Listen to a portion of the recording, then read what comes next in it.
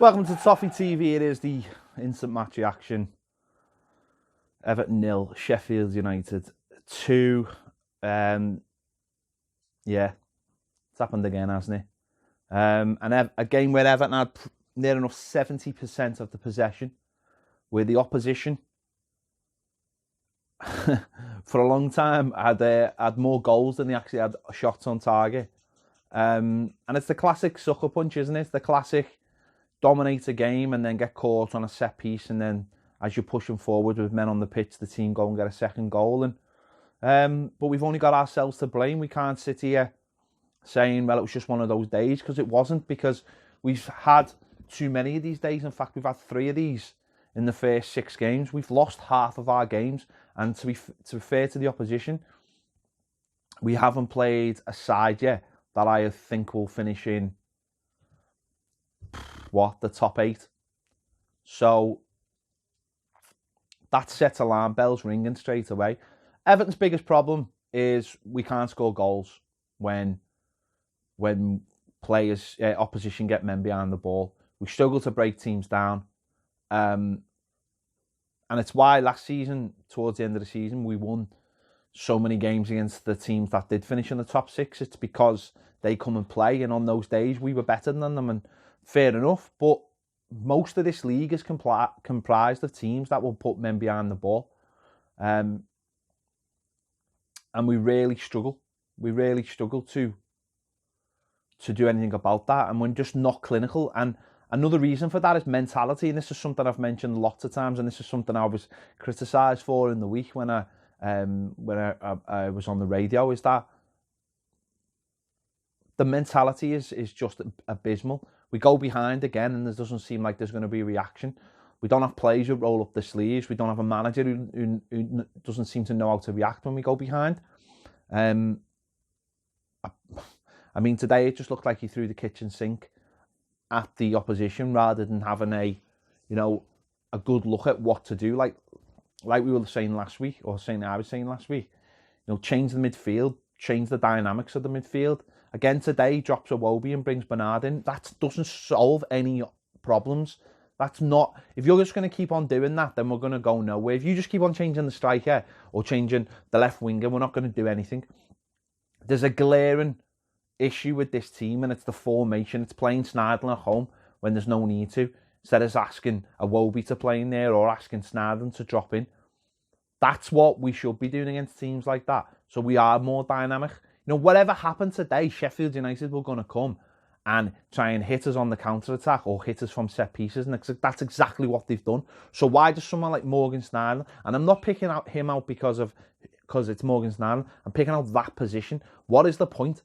Why not just say to Delph, you be the holding midfielder today, and you use the ball, and have a bit more trust in your attacking team players, and say, we're going to have a go at these today, and have a bit more structure, place 3 in midfield, try and break the ball down, higher up the pitch. It's glaringly obvious that we miss Garner in midfield. I mean, that was selling him, and I know we brought Gabamon in, but selling him and not having someone ready to take his place was obviously a glaring omission, and something that we're suffering for now. And it's a huge week for the club, because we've got the League Cup on Tuesday night, and then we've got Man City, who've scored 8 today, coming next Saturday. And then after that, we play Burnley, who've beaten Norwich today. And I'm looking at that table, and this is where you get into your head.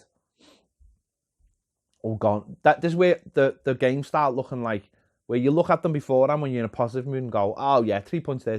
This is where you start going, that's a tough game. That's a tough game. That's a tough game. And I don't know whether we've got the backbone for it. I know there's a lot of talk about finishing 6th this season. I was slightly hesitant to get into that, because I just thought,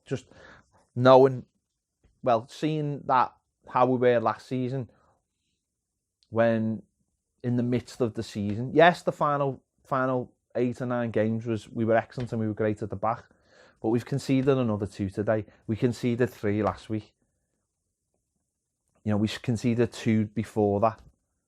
we're letting goals in now, and we're not scoring. You know, and that for me is the fundamental problem. We don't score enough goals. It was the same as last season, and it'll be the same this season. And you're trying to get, when you've two centre forwards that we've seen start so far this season are a 19-year-old coming from Italian football and a 22-year-old who is trying to lead the line, and both of them are trying to get experience and trying to get better at the same time. That's a big problem. But also behind them, the mix behind them is just completely wrong. And I feel like we're back to where we were in February, where the manager doesn't know his best 11 again, and that's causing problems for him. But listen, I'm not a manager. I'm not taking, you know, my coaching badges, although I do have my level 1. But I can see, and I think a lot of other football fans can see, that this formation that we're playing just isn't working, and it has to change. And if that means Gylfi Sigurdsson goes out the team, so be it. You know, but he's got to change this round, because it's, you know, I know it's still very, very early in the season, but out of the 6 games we've played, can anyone tell me, hand on heart, where for one of those games, you've gone, oh, that was brilliant today, or, you know, at least, you know, we're solid today, or whatever. I can't. Again today, we started well, loads of possession, haven't scored, and then slowly it's all backed off to the point where they can score a goal. Okay, it's a bit of a jammy goal, but it's just before half time, and then as the players and as the fans, you're thinking, can we get back into this? Because that's where we are now, and we'll have to wait and see. I just think it's a big week. It's a big week. We have to beat Sheffield Wednesday, and then have to see how we perform against Manchester City. But yeah, we'll wait and see what happens. Anyway, make sure to check out Baz's instant match reaction as well. Let us know your thoughts in the comments on this game. What would you do? What do you want to see on the pitch and off the pitch? Let me know. Thanks for watching Toffee TV. See you later.